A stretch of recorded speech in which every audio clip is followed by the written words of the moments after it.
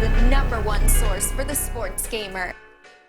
Welcome back, sports gamers. It's The Natural. Early in the year, when EA released the new CFM EXP sliders, we showed you guys the results of having them all set at 100, 200, or 300%. But we never really gave you our recommendation for the best set of XP sliders.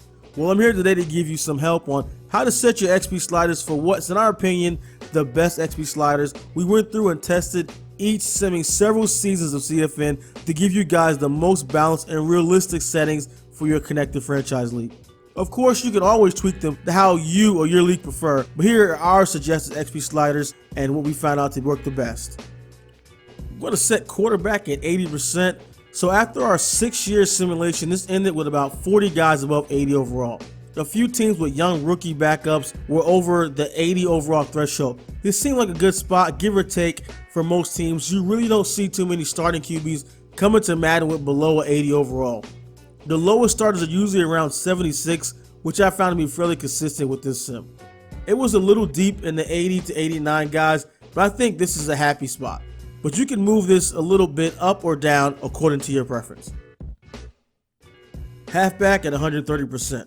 I really think this was pretty spot on. In my CFM on default XP sliders, you don't see too many standout halfbacks. We have about one halfback who was drafted who eclipsed the 90 overall mark. Don't get me wrong, there's some very good ones, but more due to user skill rather than actual attributes. 130% left me feeling that good halfbacks were actually coming in to replace the aging ones. Wide receiver at 230%. Another situation very similar to the halfback one, but more extreme in my opinion. Very few wide receivers you see really eclipse that 90 overall point. Truthfully, there really is not many you see eclipse the 85 overall mark other than the ones who already started at that point. 230% makes it much more realistic and allows for those wide receiver stars to emerge.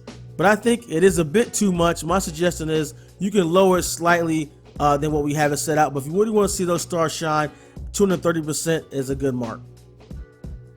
Tight end at 80%. This is really close to where I'm feeling that's spot on. The highest overall tight end in my CFM is 92 overall, which isn't bad, but in 6 seasons, we have yet to have one come up to that Gronk Graham overall, as well as formers like Gage, Tony Gonzalez, etc. 80% is a good spot for most guys. I think most users will be happy with 80%, but you can also try upping it a little bit depending on your taste. Tackle at 130%.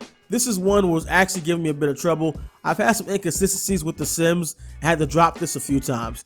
130% is what I had in my last season sim, but I truly do feel that it's a little bit too high.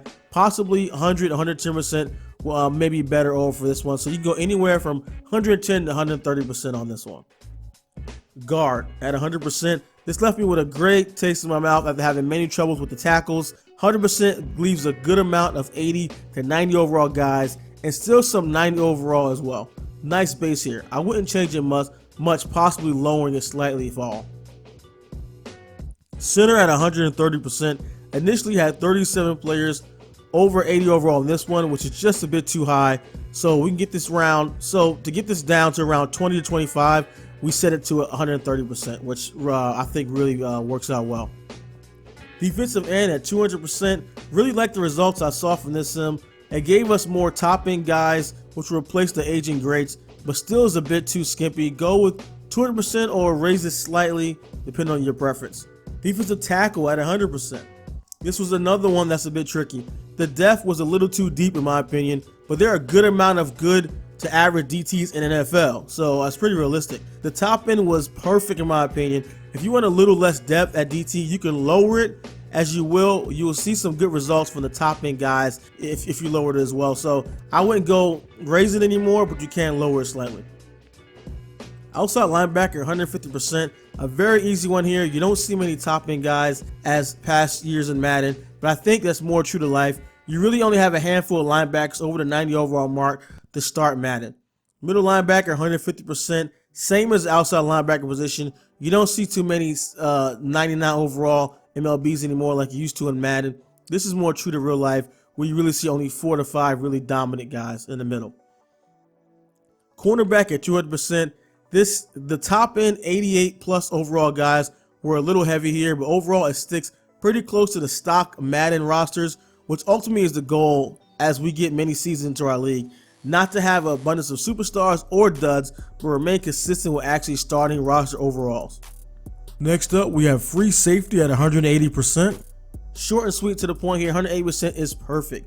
These results were really great with how the distribution of overalls was between good to average guys as well as the top end. Strong safety at 180%.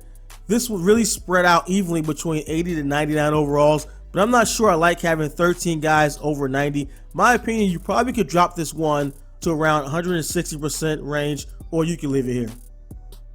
Kicker at 150%, very good numbers as far as overalls go comparing to stock rosters, which I said is the goal. I wouldn't change it from this at all.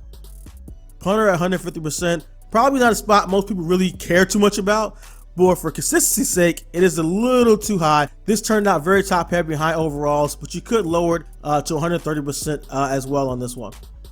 I hope this helps all the CFM guys out there looking to restart an online or start in a solo franchise. Most of these slides are pretty solid and mimic the stock rosters, which is what we really set out to do, and it's really what you want a few years into a franchise. With some small adjustments according to everyone's personal taste, I think this is an excellent guide for those who wish to follow it.